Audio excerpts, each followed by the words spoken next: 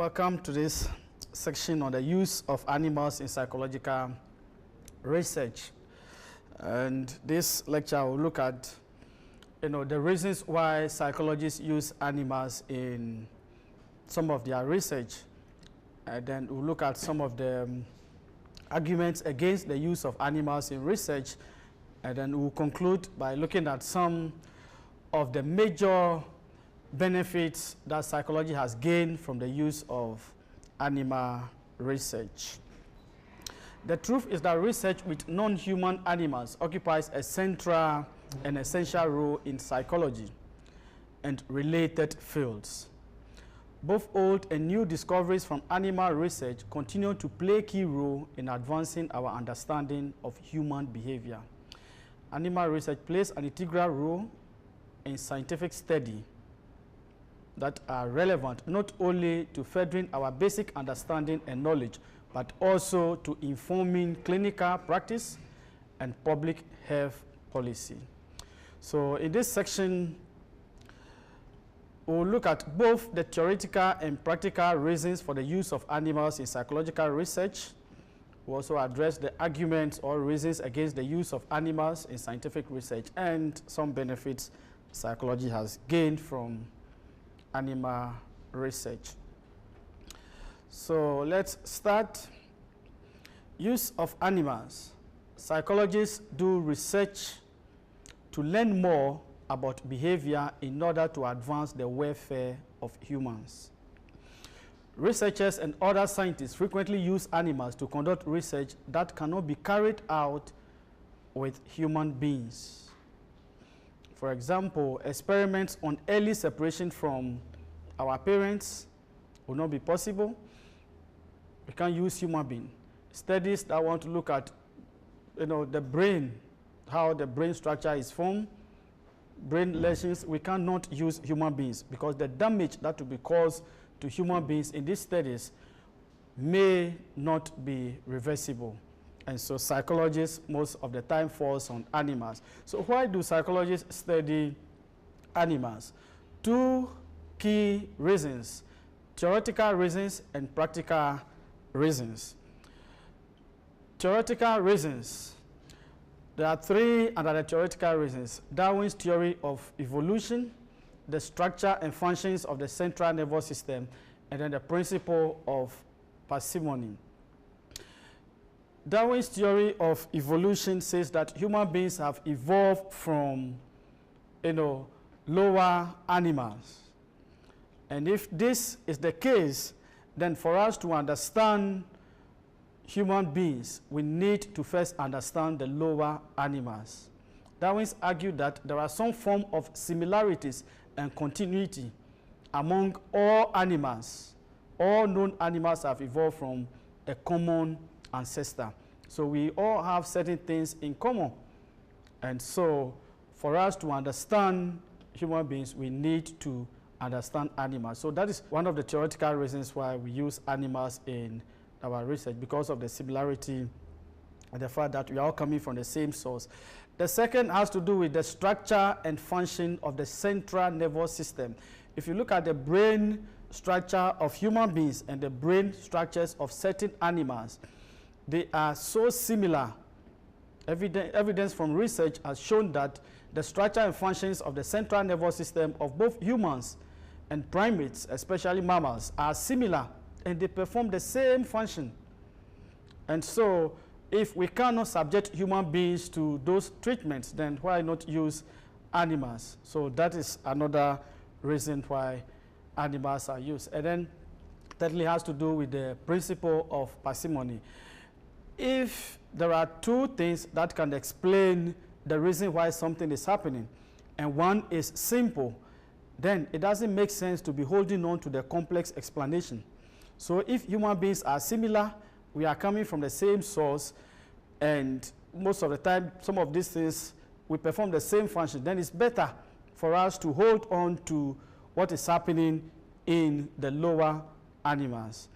In other words, the whole argument is that, if animals are lower than humans on the evolutionary ladder, then knowledge gained from the study of animals might provide an insight to what might happen with human beings.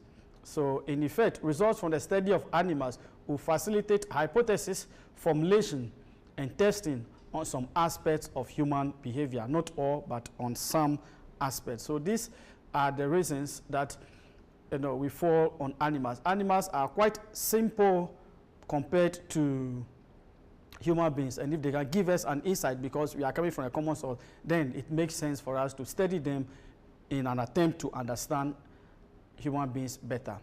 The practical reasons why animals are used is that animals are readily and easily available. Animals are there. Researchers do not need, the consent of animals, unlike human beings. They don't need to sign any document that this, and that, you will not do me this. They are just there. And their numbers are also huge. So it's a practical reason why we follow them. Now, the animals are also good for genetic and generational studies.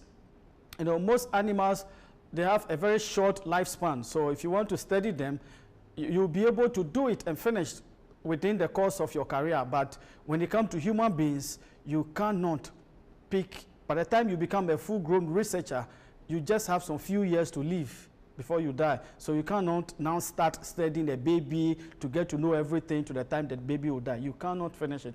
But with animals, we can study several generations within the course of our lives. And then also, animal research are less expensive. Less expensive. You don't need to pay them any compensations, unlike if you want to engage in human being. And then there are certain studies that, if something should go bad, the harm that will be caused will not be reversible. The test of new drugs and studies involving irreversible damage, brain lesions and all that, we cannot use human beings. Because if something should go wrong, the harm cannot be reversed. And then sometimes ethical reasons. Human beings cannot be subjected to certain treatments in an experiment, and so we cannot do that. And then finally, animals also provide a better understanding. The use of pets provide some insights into the animal behavior. By studying them, we are able to also learn a lot about the animals. So these are some practical reasons why we use animals in the study. By studying the animals themselves, we will also be able to know how to treat them better. We'll also be able to come up with medicine that will benefit them, not only us, but will also benefit the animals. So these are some of the practical reasons why we use animals in research. What are the key arguments for those against the use of animals? Those who are saying that animals should not be used in the research. Basically, the argument is that animals are different from human beings. Whether we share similarities in brain structure and whatever it is, the basic thing is that an animal is an animal, a human being is a human being. So the two species are completely different. Granted that there are some level of similarity between the two species, it might be too remote and insignificant to allow for the kind of comparison being made between humans and animals. So that is the key argument why they don't want psychologists to use animals. And they also believe that human behavior is tied to a culture. So whatever Ghanaians will be engaging will be different from what Japanese will be concerned with and things like that. And so it doesn't make sense to use human beings which does not have a culture in trying to understand human beings. It is unacceptable to study animals in areas such as language and emotions and then assume outcome could be applied to human beings, because both species have different levels and forms of language.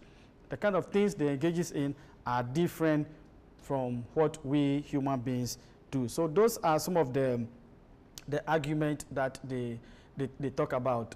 Opponents of the use of animals say this is a clear example of biological as well as cultural influences and differences between animals and human beings.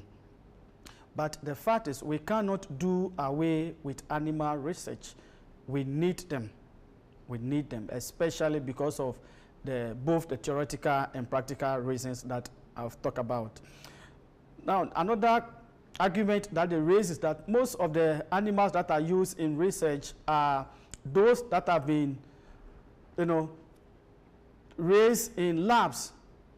And they believe that the lab conditions are different from those animals that are in the real world. So it doesn't contribute much to scientific progress if we still use such animals. We just subject them to unnecessary pain and harm. We don't treat them humanely as we do to human beings.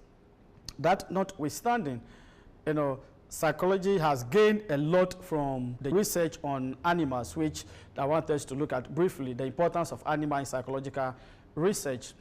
Animal research is a major contributor to our knowledge of basic learning and motivational processes. Our understanding of how hunger, thirst, and reproduction in human beings have been influenced greatly by animal research. And then also critical information about the sensory processes, taste, vision, hearing, and pain research have all been influenced by animal research. And then also understanding of a range of psychoactive drugs, some of the drugs that we use to treat psychological disorders have all been made possible because of experiments with animals. And then the development of new drugs for treatment of anxiety, schizophrenia, depression have all been possible with experiments that have been done on animals. And then animal research has also contributed to our understanding of animals themselves. As I said, psychology is concerned with behavior and mental processes. Behavior of both human beings and animals, mental processes of human beings and animals. So through that research, we've also been able to understand them better. Our understanding of our central nervous system, how the neurotransmitters are, move from one to the other, their effect on behavior and all that have all been made possible based on research with animals. So whilst there's good argument for the use of animals and a very good counter argument that psychology should not use animals, if you weigh the two, it is clear that human beings have benefited a lot from the use of animals. And this argument, I believe, will not be ending now. Psychology, for many years to come, will still use animals in their research because of the enormous benefits they have contributed to the field. So this is what we have to know as far as research with animals in psychology is concerned. Thank you.